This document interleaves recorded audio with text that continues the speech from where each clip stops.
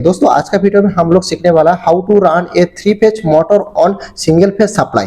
मतलब दोस्तों जो हमारा 3 फेज मोटर होता है, 3 फेज मोटर को सिंगल फेज सप्लाई में किस तरीके से चलाना है, उसका कनेक्शन किस तरीके से करना है, आज का वीडियो में हम लोग पूरा सीखने वाला है। आज का वीडियो का टॉपिक वही है दोस्तों। तो चलिए फ्रेंड्स वीडियो की तरफ बढ़ता हूँ। जैसा कि मैं आप लोग को बता दूं, जो हमारा 3 फेज मोटर होता है दोस्तों, 3 फेज मोटर में आप लोग को इस तरीके से 6 टर्मिनल देखने को मिलेगा।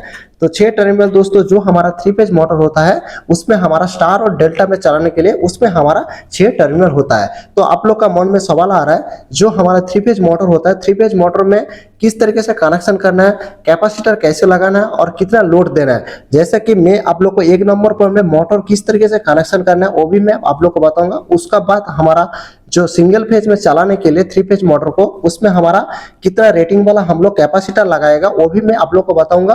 और उसका बाद उस मोटर में हम कितना लोड चला सकता है वो भी मैं आप लोग को बताऊंगा। जैसे कि सबसे पहले जो हमारा 3 फेज मोटर होता है दोस्तों, 3 फेज मोटर को हमको सिंगल फेज सप्लाई मतलब फेज और न्यूट्रल में हमको चलाना है।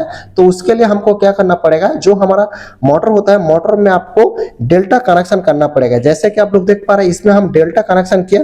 तो जो हमारा 3 फेज मोटर होता है दोस्तों उसमें हमारा 3 वाइंडिंग होता है। ये चीज आपको समझ में आ गया। 3 वाइंडिंग मतलब इस तरीके से हमारा 3 वाइंडिंग होता है। तो 3 वाइंडिंग मतलब इसमें हमारा जैसे कि आप लोग देख पा रहे हैं इधर हमारा 3 टर्मिनल, इधर हमारा 3 टर्मिनल, मतलब इसीलिए दोस्तों 3 फेज मोटर में हमारा 6 टर्मिनल होता है। तो दोस्तों जैसे कि देख रहे हैं डेल्टा कनेक्शन पे किस तरीके से आपको कनेक्शन करना है कैपेसिटर। जैसे कि इस डेल्टा कनेक्शन पे, जैसे कि मैं क्या लिख दिया, डेल्टा कनेक्शन पे इस तरीके से आपको कैपेसिटर कनेक्शन करना है। ये मैं आप लोग को ड्राइंग बताया 1 नंबर पे। तो ये जो डेल्टा कनेक्शन पे दोस्तों ये हमारा मोटर को फॉरवर्ड में चलाने के लिए, जैसे कि मैं आप लोग को बताया था मोटर को आपको फॉरवर्ड में चलाना है तो आपको डेल्टा कनेक्शन करना पड़ेगा। वो किस तरीके से करना पड़ेगा, तो दोस्तों डेल्टा कनेक्शन पे हमारा क्या होता है, इसका जो मोटर का है डायरेक्शन हमारा फॉरवर्ड में चलता है। जैसे कि ये हमारा मान लीजिए हमारा 3 फेज जो मोटर है, 3 फेज मोटर में हमारा 6 टर्मिनल है। जैसा कि इस तरीके से आपका 6 टर्मिनल है। 6 टर्मिनल सबसे पहले जो हमारा टर्मिनल होता है ये हमारा U1 होता है, ये हमारा V1 होता है, ये हमारा W1 होता है। उसका जैसा सेम ऊपर में हमारा ये हमारा W2 हो गया, ये हमारा U2 हो गया और ये हमारा V2 हो गया। तो जैसा कि मैं आप लोग को बताया था, जो हमारा मोटर होता है 3 फेज मोटर उसमें आपको कैपेसिटर कनेक्शन करके सिंगल फेज में चलाना है। तो सबसे पहले आपका डेल्टा कनेक्शन किस तरीके से करना है वो आपको पहले समझ लेना पड़ेगा। तो दोस्तों मोटर में डेल्टा कनेक्शन करने के लिए आपको जो ऊपर वाला जो टर्मिनल है, नीचे वाला टर्मिनल है, इस तरीके से आपको एक पट्टी देखने के लिए मिलेगा। उसको आपको इस पट्टी को इस तरीके से आपको सबसे पहले शॉर्ट लिंक कर देना पड़ेगा। इस तरीके से जैसा हमने बनाया तो इस तरीके से आपको भी कनेक्शन कर देना पड़ेगा। उसका बाद दोस्तों आखिर आपका मन पे सवाल आ रहा है, हम कैपेसिटर कहां पे कनेक्शन करेगा।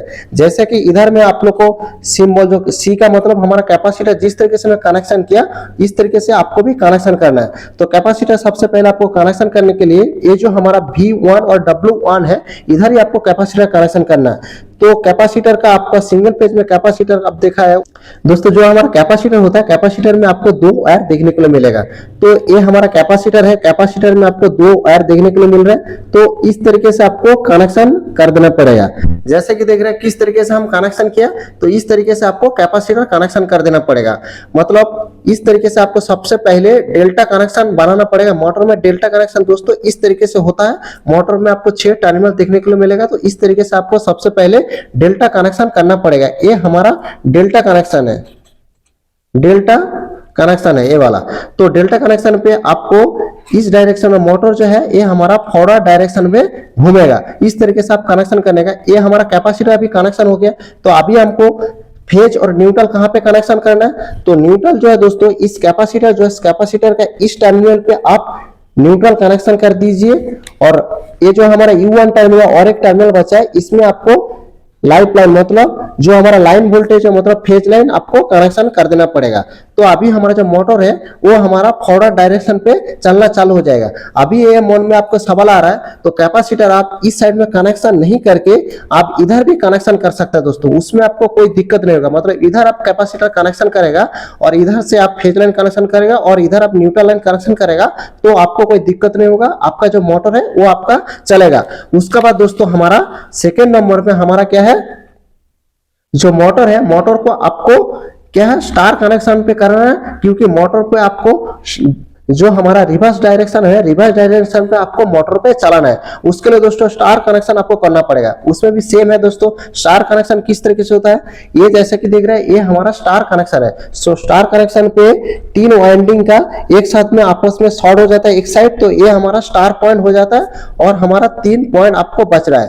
तो 3 पॉइंट में एक साइड में जैसे कि देख रहे हैं, इसमें हम कैपेसिटर कनेक्शन कर दिया और इसमें हम न्यूट्रल लाइन कनेक्शन कर दिया और ऊपर में हम फेज लाइन कनेक्शन कर दिया, क्योंकि हमको 220 वोल्ट जो है एसी सप्लाई में सिंगल फेज में आपको मोटर चलाना है। उसके लिए दोस्तों जैसा कि मोटर में हमारा 6 टर्मिनल, इसमें भी हमारा 6 टर्मिनल होता है। तो सबसे पहले हमारा मोटर में जो 6 टर्मिनल है, इसमें आपको स्टार कनेक्शन किस तरीके से बनाना है वो आपको सबसे पहले जानना पड़ेगा दोस्तों। तो स्टार कनेक्शन करने के लिए दोस्तों इसमें भी हमारा U1, V1 और W1 होता है, और ऊपर में जैसे कि ये हमारा W2 हो गया, ये हमारा U2 हो गया, ये हमारा क्या V2 हो गया। तो अभी जो हमारा स्टार कनेक्शन, स्टार कनेक्शन पे ऊपर में जैसे कि W2, U2, V2 ये तीनों के आपस में आपको शॉर्ट कर देना पड़ेगा। जैसा कि मैं आप लोग को ड्राइंग पे समझाया, इधर हमारा तो 3 पॉइंट है, 3 वाइंडिंग के एक ही पॉइंट आके इधर हमारा स्टार बन गया। तो इस तरीके से इसको सबसे पहले आपको स्टार पॉइंट बना देना पड़ेगा। उसका बाद सेम हमारा कैपेसिटर जो है, कैपेसिटर आपको किधर कनेक्शन करना पड़ेगा दोस्तों, ये जो हमारा V1 और W1 है, इधर ही आपको कैपेसिटर कनेक्शन करना पड़ेगा। ये हमारा कैपेसिटर है, तो आप कैपेसिटर इधर कनेक्शन कर देगा।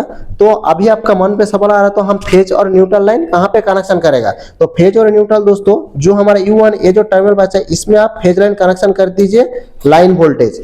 उसका बाद दोस्तों ये जो कैपेसिटर है, कैपेसिटर का इस वाला जो टर्मिनल है, इधर आपको न्यूट्रल लाइन कनेक्शन कर देना है। तो आपका जो मोटर है वो हमारा रिवर्स डायरेक्शन पे चलेगा दोस्तों। इस तरीके से आप जो हमारा 3 फेज वाला मोटर होता है, 3 फेज वाला मोटर को आप सिंगल फेज सप्लाई से चला सकते हैं दोस्तों। अभी हमारा जो मोटर का कनेक्शन है, वो मोटर का कनेक्शन आप लोग को मैं समझा दिया दोस्तों। अभी हमारा जो कैपेसिटर होता है दोस्तों, कैपेसिटर इसमें कैलकुलेशन करके कैसे निकालना है।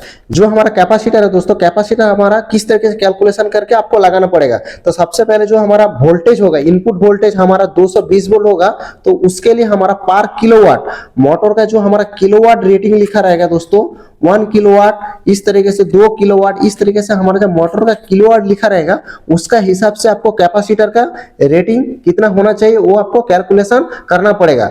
तो उसके लिए दोस्तों जो हमारा 220 वोल्ट हम सप्लाई यूज कर रहा हूं, क्योंकि हमारा जो 3 फेज वाला हमारा जो मोटर है उसको हम सिंगल फेज में दोस्तों चला रहा हूं। तो उसके लिए हम 220 वोल्ट सप्लाई दे रहा हूं। तो इसके लिए इधर देख रहे हैं हमारा एक रेटिंग है कैपेसिटर का 70 माइक्रोफैराड पर किलोवाट।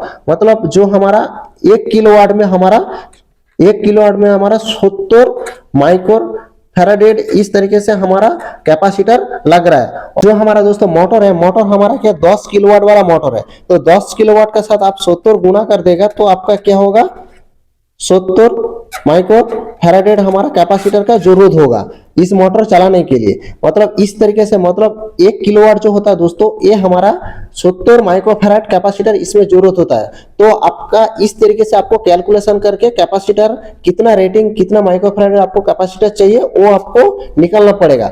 तो अभी आपका मन में सवाल आ रहा है, जो हम कैपेसिटर यूज करेगा वो कैपेसिटर का वोल्टेज रेटिंग कितना होगा। जैसा कि है हम 220 वोल्ट के लिए हम सप्लाई देके कैपेसिटर यूज कर रहा हूं, तो आपको 250 वोल्ट वाला एसी सप्लाई वाला कैपेसिटर का दोस्तों जरूरत होगा।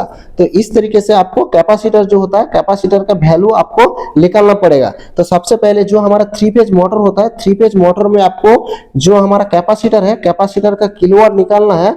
तो 1 किलोवाट इक्वल टू हमारा 70 माइक्रोफैराड होता है। तो इस तरीके से आपको कैलकुलेशन करना पड़ेगा। इस तरीके से हमारा 110 वोल्ट वाला वोल्टेज में आप मोटर चला रहा है, तो आपको 240 पर किलोवाट में आपको कैपेसिटर का जरूरत होगा, जो कि हमारा 125 वोल्ट होगा।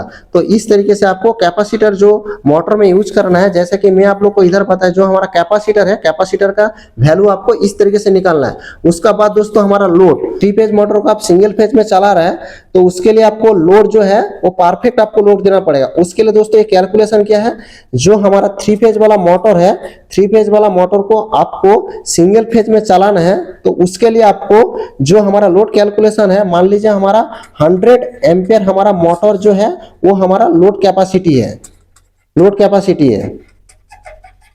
कैपेसिटी है, तो उसके लिए क्या करना पड़ेगा दोस्तों, जो हमारा 100 लोड कैपेसिटी है तो उसी से आप मतलब 65% से आप 70% लोड उसमें चला सकते हैं मोटर में। क्योंकि दोस्तों ये मोटर हमारा 3 फेज वाला मोटर है, हम उसमें सिंगल फेज सप्लाई देके चला रहा हूं, तो इसीलिए हम उसमें 100% लोड में चला नहीं पाएगा। मतलब 100 एम्पियर हमारा मोटर का लोड कैपेसिटी होगा। ये मोटर का लोड एम्पियर मतलब 100 एम्पियर जो लोड है, ये आपको मोटर का जो नेम प्लेट है, मोटर का नेम प्लेट में आपको देखने मिल जाएगा जो मोटर हमारा कितना लोड कैपेसिटी है फुल लोड में। तो उसका हिसाब से आप 65% से 75% लोड कैलकुलेशन करके निकलेगा।